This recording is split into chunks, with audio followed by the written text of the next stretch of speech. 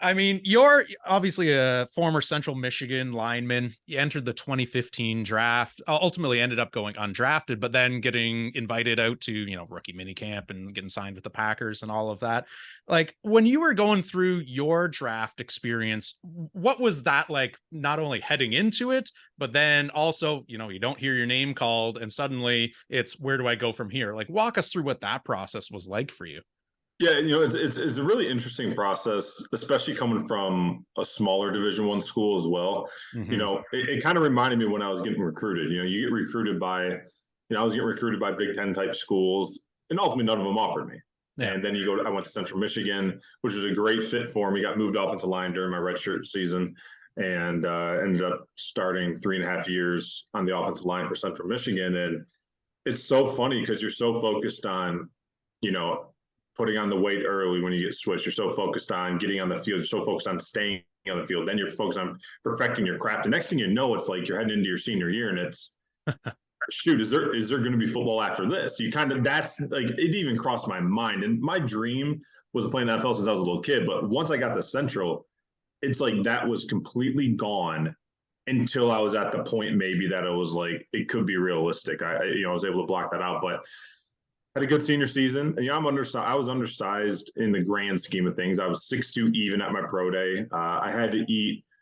Hell, it was almost midnight the night before my pro day. I ate a box of jambalaya, chugged so much water you wouldn't believe the morning of, just so I could weigh in at 300.0. I mean, Yeah. just to hit that, have it start with a 3. And had a really good pro day.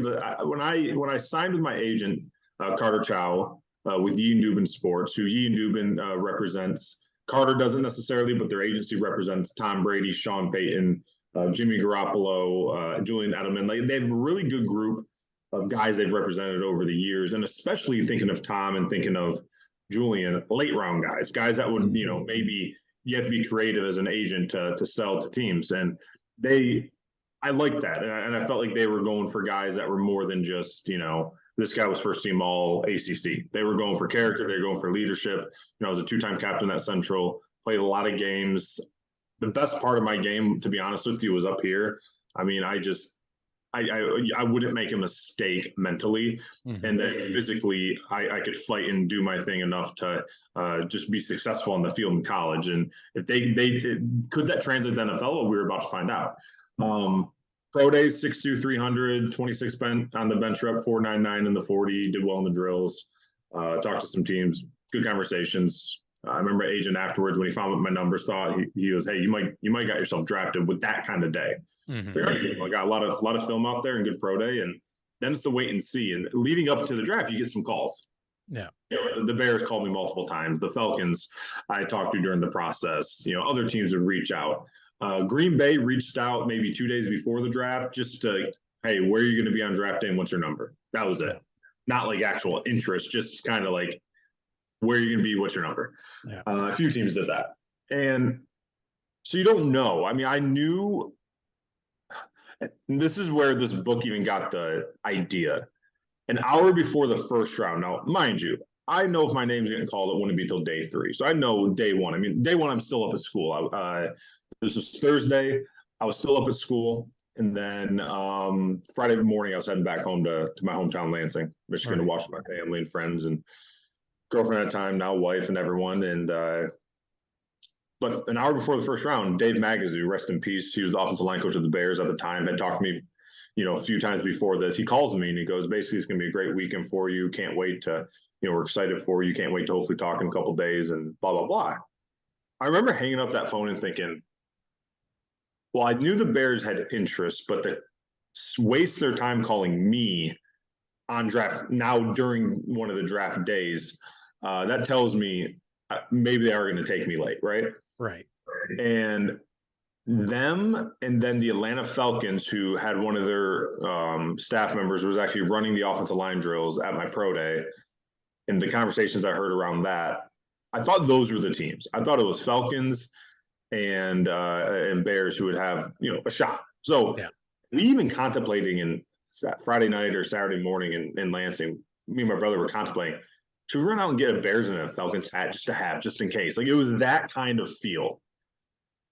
Well, the draft came and went. I did not get drafted. The Bears did not have a 7th-round pick from my recollection. They had a couple 6th. They, per my agent, said to keep my phone ready. Didn't happen. The Falcons, I believe, had 2 7ths. Didn't take me. After the draft, neither one offered me a contract. After the draft, on the Saturday of the draft, neither one even invited me to rookie camp. And it's like, okay, I get it. Listen, I'm very realistic about who I was as a player and what I am. I'm not saying anyone should have taken me. I'm just saying they should have. But it felt like there had to have been some miscommunication, because I guarantee Coach Magazoo would not have called me if he didn't even think that the GM would want to bring me in as a tryout guy, right? Right. Now, I think Sunday or Monday, we ended up hearing the Bears did offer me a tryout, but at this point, I'd already committed to Green Bay and Kansas City. So that was nothing. But I just felt, okay, there's miscommunication clearly behind the scenes. I was a undrafted tryout guy, and my story felt like there was kind of like a roller coaster and some drama throughout it. And that's when I just felt, man, if I get the 4 angles that make up the draft, like the pre-draft process, your coaches, players, agents, and general managers, we can piece together stories. I bet there's just great ones out there that maybe give people an idea what's really happening. With today's world, you see a lot more information than you ever could. And specifically, you have the Hey Rookie stuff on maybe ESPN. NFL Network does a good job diving into some stories, but it's typically the players. Agents, coaches, and GMs are typically tight-lipped.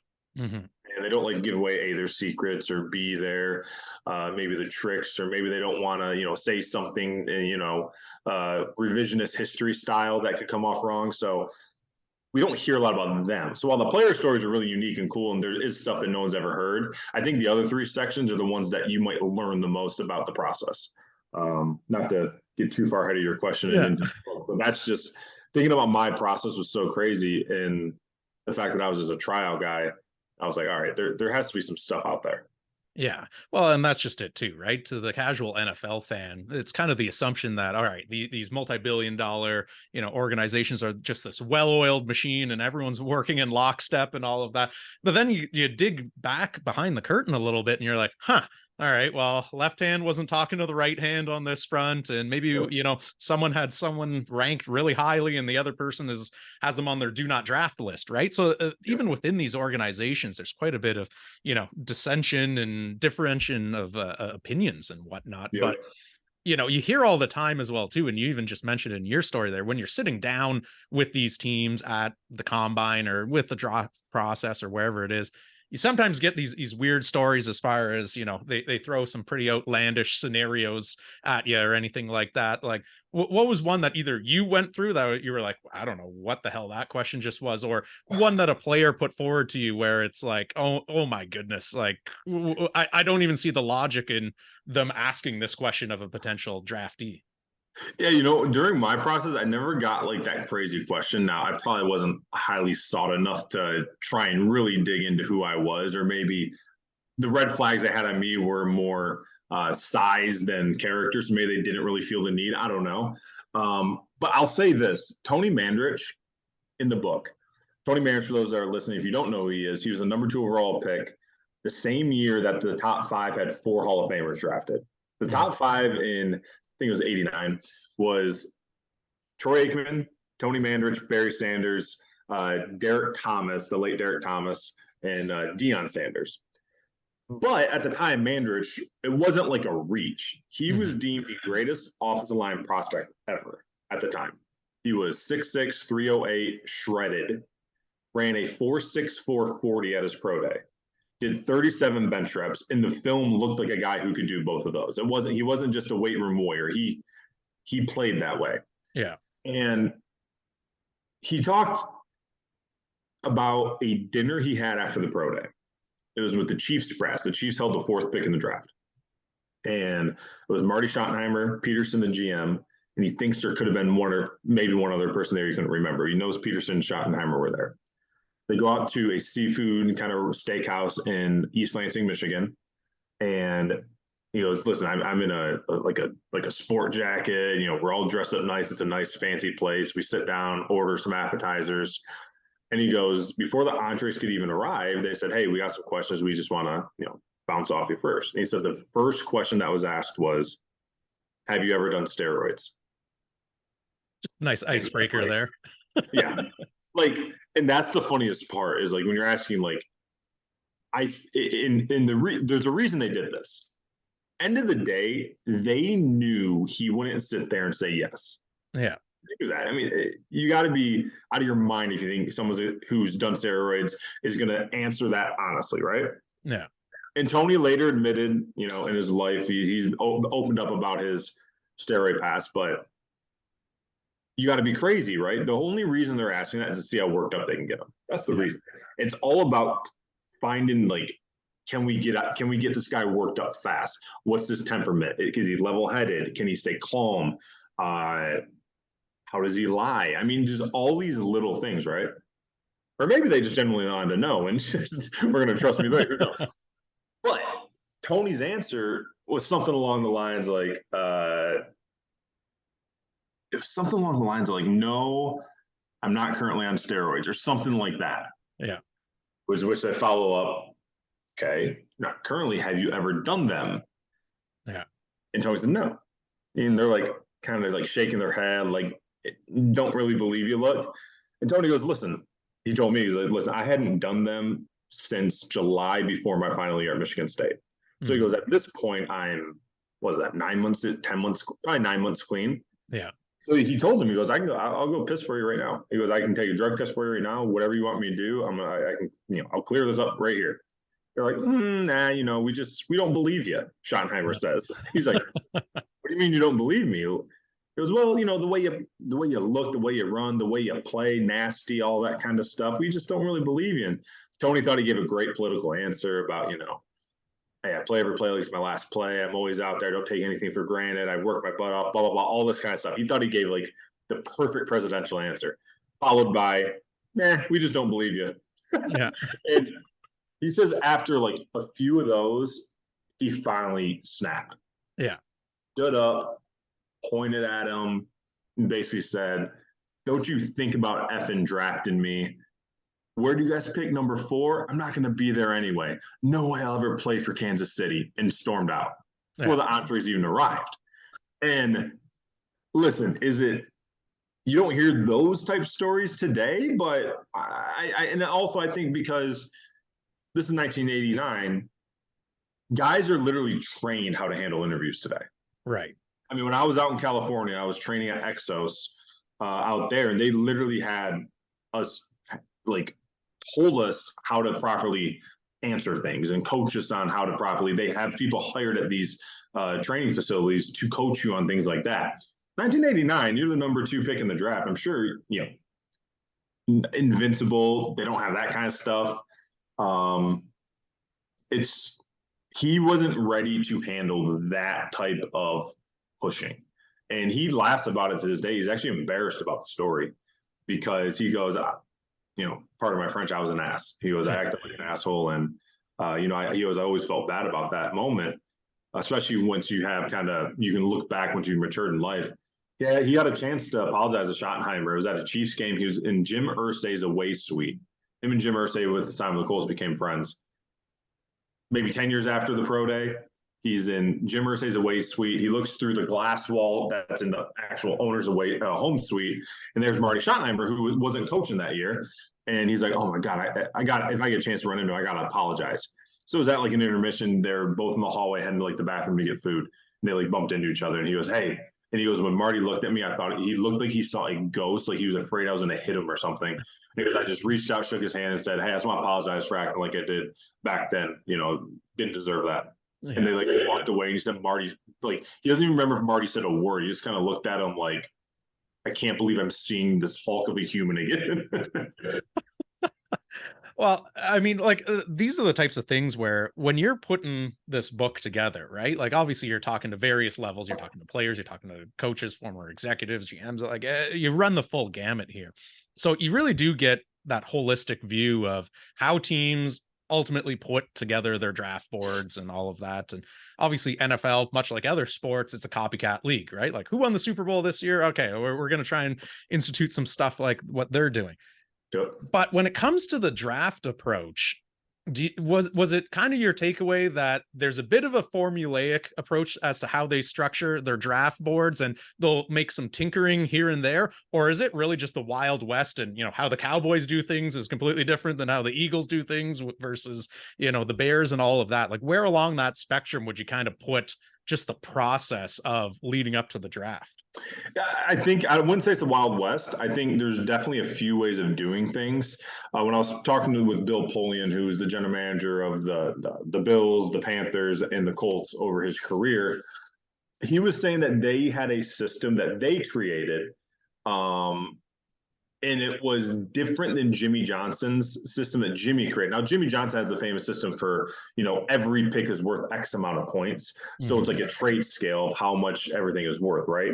Now, based on that, that's how he could create value at a draft and all that. Now, Bill Polian's system was different, but they had their own system that has also been copycat throughout the league. So I would say a lot of teams are probably following the Polian or Jimmy Johnson type strategy with that. But when it comes to building a board, talking with Ron Wolf, Green Bay Packer general manager in the 90s, talking with Bill Polian. Now, these are two Hall of Famers. They seem to run it the same way. I can't speak for a GM that maybe doesn't. There was a conversation about a general manager, which I did, one of the people in the book, I did, kind of say like, hey, I won't put that in there. It was confidential. So we're going to leave that at that. But I think the crazy part is this. Bill Polian said the only thing that's true about Kevin Costner's movie Draft Day is the fact that you eat a lot of the bad food on draft weekend. He goes, besides that thing, it couldn't be more dramatized, right? Yeah. Because he goes, the yelling, the pounding on tables, the standing, the not knowing what you're doing when it's your pick, he goes, that doesn't happen. He said, any of those conversations, the fighting for somebody to move up the board, it's all done while you're making the board. It's all done the weeks and months prior. He says the only time there's true debate are two scenarios. One is every team has, grades on guys. Now, in the public, we all think, well, there's 32 teams. There must be 32 first rounders, which means there's 32 first round grades. It's not true. On average, they would find that they would get around 18 or so first round grades every year. The last thing you want to do is draft a second round player with a first round pick, because now you're giving a guy you deem a second round player first round money, first round expectations, a first round leash in a sense. What you want, that's the last thing you want to do. So what you normally do is, and I asked him, I was like, how much is it best player available compared to need and all that kind of stuff? And he's like, listen, when it comes to that, you need the grade line and the positional line to cross, and that's when you make the pick. If those don't cross, as in we're picking 20th, no, let's make it more realistic. We're picking 26th. Like the Cowboys, I think we're 25th maybe in this year's draft. The Cowboys, say, had 17 first-round grades. Those guys are all gone by the time it's your pick. Decision number one comes into play. Try and trade out. Yeah. That was always their philosophy was, listen, if we're picking first round and the first round grades are gone, now those lines can't meet because the grade line will not intersect with the need line, right? Yeah. So the first real discussion on draft day is trading. And he says that's typically with Coach Polian, that's typically when the head coach has a say. Now, every great draft room has a kingmaker, has a decision maker. And in this case, it is Ron Wolf or Bill Polian. They're going to make the final say. However, that's when he allows head coaches, that's when him and Coach Dungy would have more conversations about trading and value and all that kind of stuff. When it comes to the second real debate you can have, it's usually in the later days. It's usually your later rounds when maybe you're sitting there and you're picking in 4 picks and you're looking at maybe the 4 best available guys on your board. And at that point, you might give an area scout or a position coach or a coordinator a chance to, hey, D-line coach, tell me why this defensive end should be our pick here. Where do you see him fitting? What did you like about him? Can he make our team? All that kind of stuff. That's when he'll open it up a little more. But those first couple rounds, that stuff is all done, and you just trust your board. And if you're not trusting your board, you're going to have a very erratic-looking drafts. And typically, erratic drafts equal you don't have a plan. If you don't have a plan, you're going to be looking for a job in about 2 to 3 years. Or you end up like the Las Vegas Raiders with their last couple first round picks there as well too, right? So Yeah, yeah, and listen, it's still not a science. It mhm. isn't. For all we know, maybe the Raiders did have great plans. Maybe they did everything. They just got the wrong guys. Yeah. It's so hard, and that's why it's a story. That's why it can be written into a book, is because there's not an answer key. There really is not. Teams certainly do it better than most. I mean, and even positional. Look at this. Nobody drafts wide receivers better than the Pittsburgh Steelers. Mhm. Nobody can draft and develop defensive backs like the New England Patriots. Nobody seems to draft offensive linemen and develop those better than the Philadelphia Eagles these days. I mean, certain teams do get it with certain positions sometimes. And sometimes it's the developing and understand who and how we can develop as well.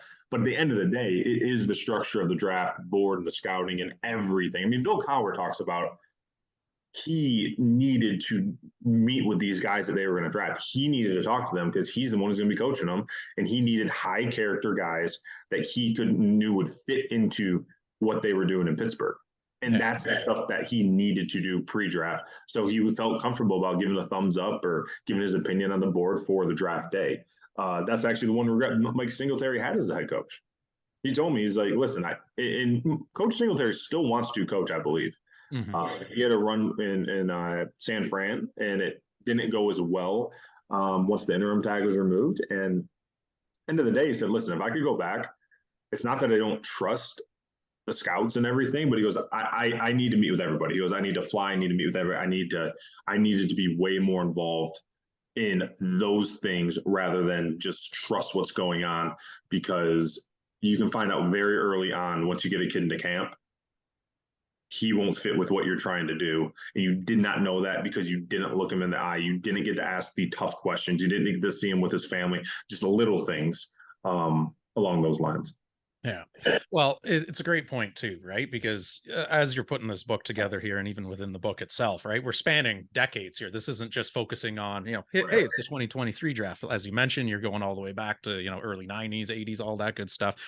So, what was your real key takeaway as you're putting together sort of this narrative arc in terms of what's changed from, the 80s to now philosophy wise when it comes to actually drafting these kids? Is it more of that, as you just mentioned, that, seeing them off the field? How do they shake your hand? How do they act with their parents? All of that good stuff? Or is it more still on field tangibles that are largely dictating some of these, I guess, questionable players? I think that's a great question. I think you definitely see what's changed over time, and I'll point to a couple scenarios. I'll try and keep it short, but there's a couple of real scenarios from the '70s or that '70s or '80s that really show the difference in today's and back then. Hmm. One is Steve Largent, Hall of Fame wide receiver. When he retired, most receptions and most touchdown receptions in NFL history when he retired. If you don't know about Steve Largent, kids, I say kids, I'm 31. If you don't know about Steve Largent, an all-time top 10 receiver. And when he retired, he was in the argument for the single best receiver football's ever seen. However, Steve Largent, the draft just wasn't as big a deal to them back then. Now it probably depended on the player, but he remembers kind of finding out where he got taken. Not like sitting huddled around a couch with his family. He's kind of found out that he was taken in the 4th round by the Houston Oilers. Hmm. That's number one, just finding out. B, the fact that the Houston Oilers used, yes, it was a 4th round pick, but it was the second pick the Houston Oilers owned in the draft. And the fact that they then cut him that preseason is insanity. Hmm. And think about that today. You're an Eagles fan. They use their second pick and they end up cutting the guy a few months later. You'd be sitting there going, what the heck was our scouting department doing? Yeah. What the heck are our coaches doing? You'd have so many question marks. Back then, it wasn't the end of the world. Now, there was rules back then that it was almost like you could, when you found out you were going to cut a player, you did have X amount of time the teams could trade for them first. Like for, I think it was an 8th round pick back then. So is what Seattle ended up giving the Oilers was like an 8th round pick. So I compared it to this. If your Eagles drafted a player with their second pick, fourth rounder this year. And essentially, the Baltimore Ravens in August gave you a seventh round pick for him. You'd be sitting there going, a few months ago, this guy was a fourth round pick, and now we're only getting a seventh for him. You think it was nuts. Back then, it wasn't crazy. And even more different than that was the fact that this guy ended up being maybe the best receiver of all time at the time. And it's like, okay, the scouting department's not as invested, where the scouting department's not as invested, where the coach is not interested in developing or have a vision, where they not aligned it to what the team really needed. And the fact that Steve Largent, when he was on his way back to like Oklahoma and not knowing what he was going to do with the rest of his life, and 24 hours later finds out he's heading to Seattle, which one of the new, I think, receiver coach or quarterback coach in Seattle at the time was with him in college. All made sense, but that was crazy. And then Warren Moon's situation, crazy. If you don't know Warren Moon's situation, he was represented by Lee Steinberg, who's in the book as well. And Warren Moon ended up being one of the greatest NFL players ever, but he spent the first part of his prime, first 6 years of his NFL or of his pro football career was in the CFL because nobody in the NFL was going to give him a chance to play quarterback. Yeah. Now, many stereotypes going on back then.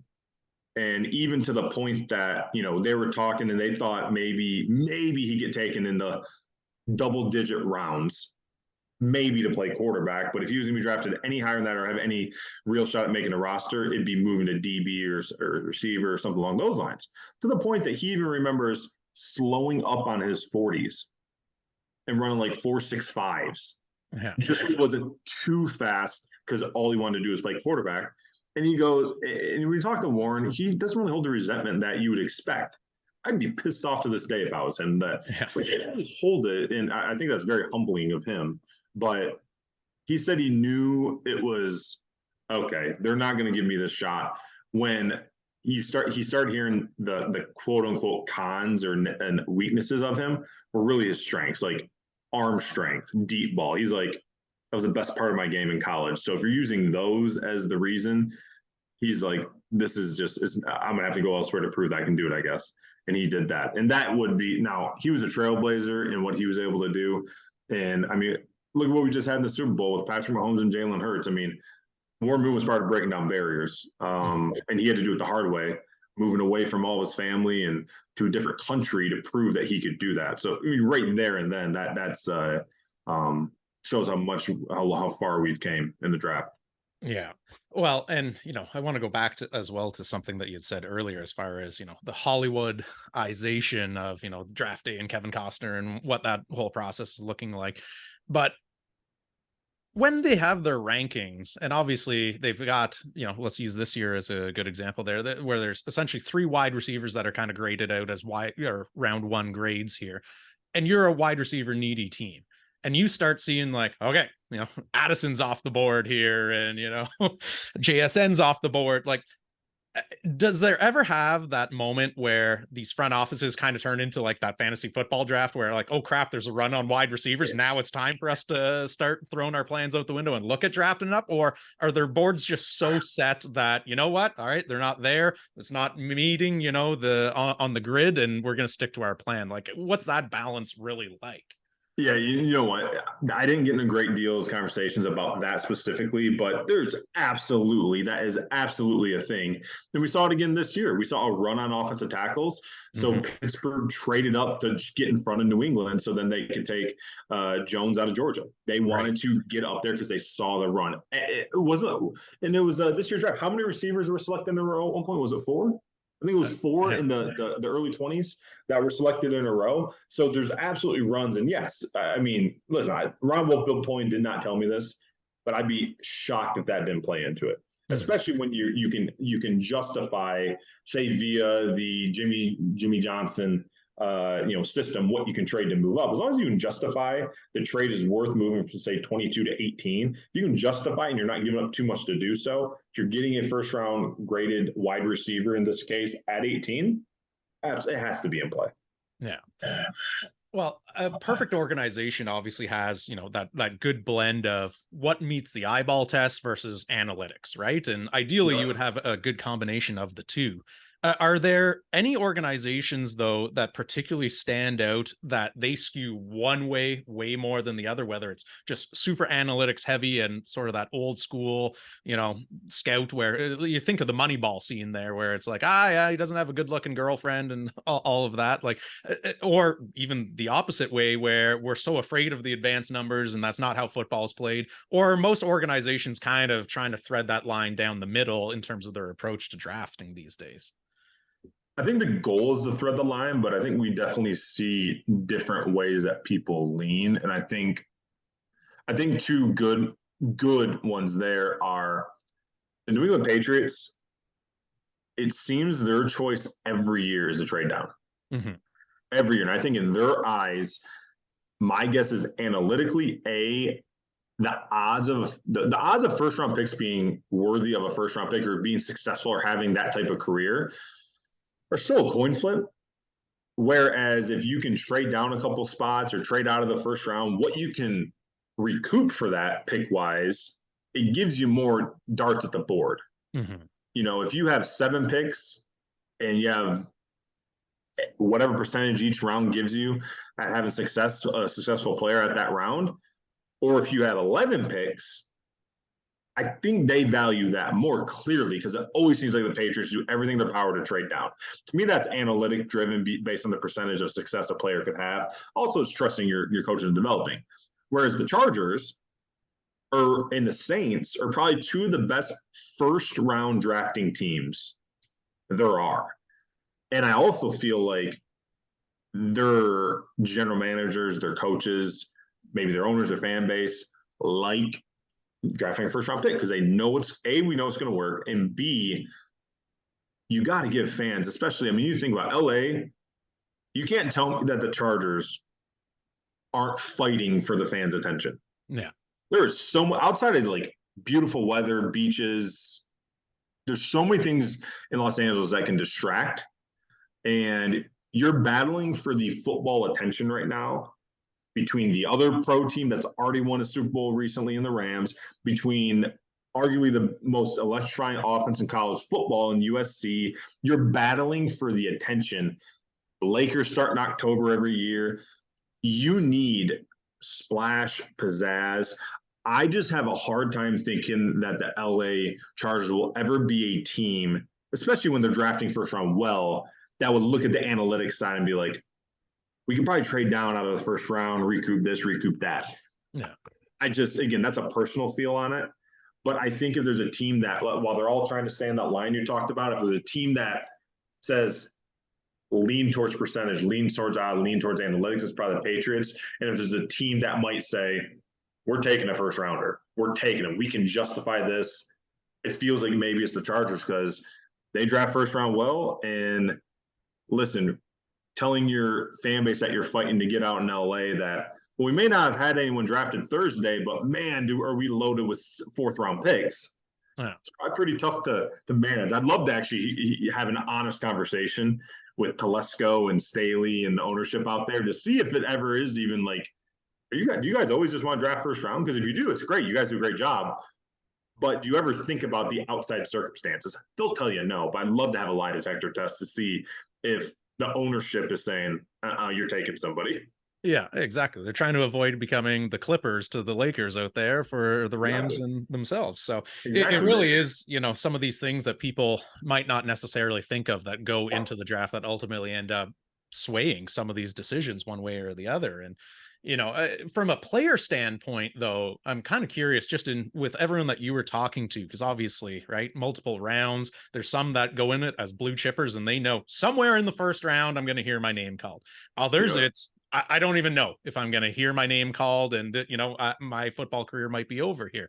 Like heading into the draft process, like, did you get a sense that there was a difference in mentality or even maybe stress level is a better way of putting it as far as, the blue chippers versus those who are just happy to hear their name called? Or was everyone just so unique that it's hard to kind of try and pigeonhole them one way or the other?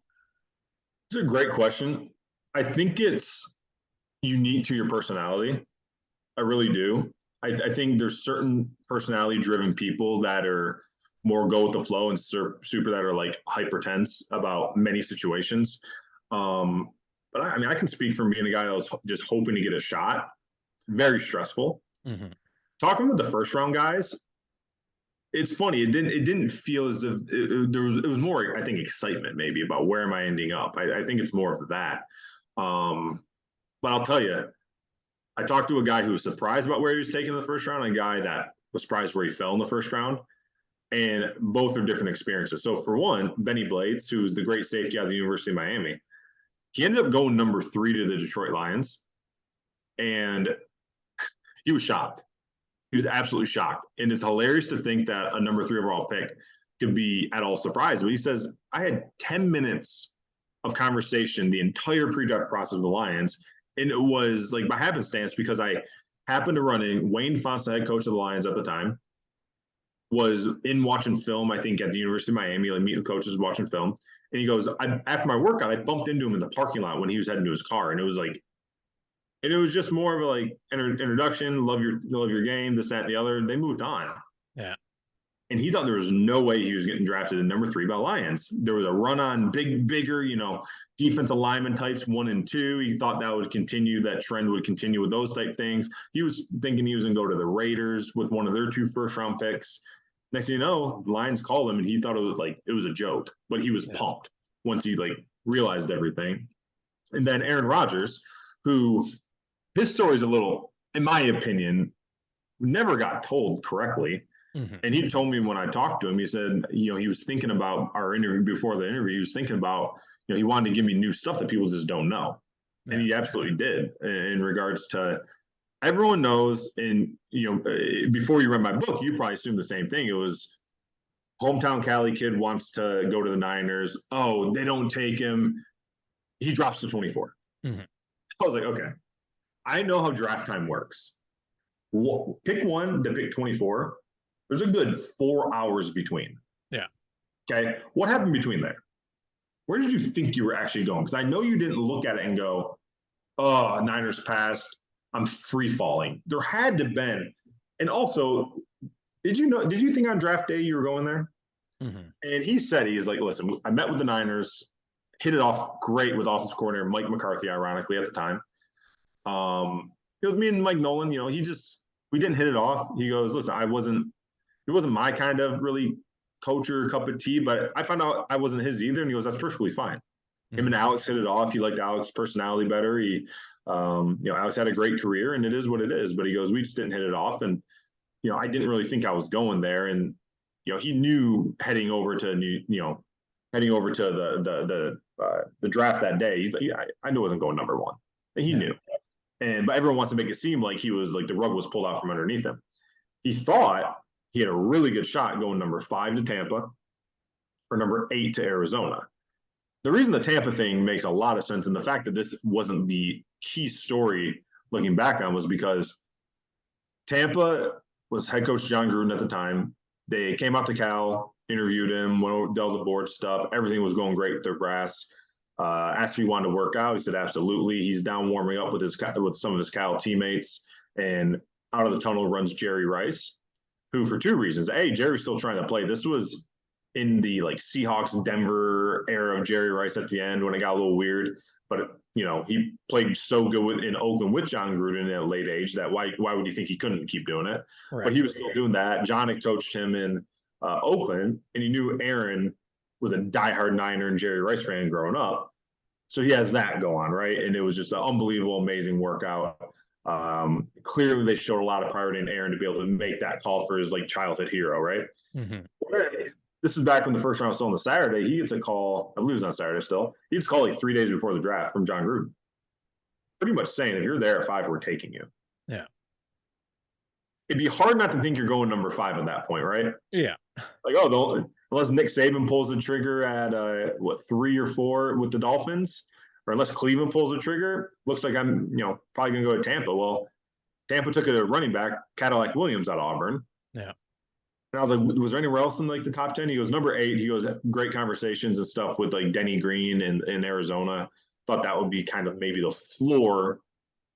And they passed on him too. And that's when it was kind of here we go.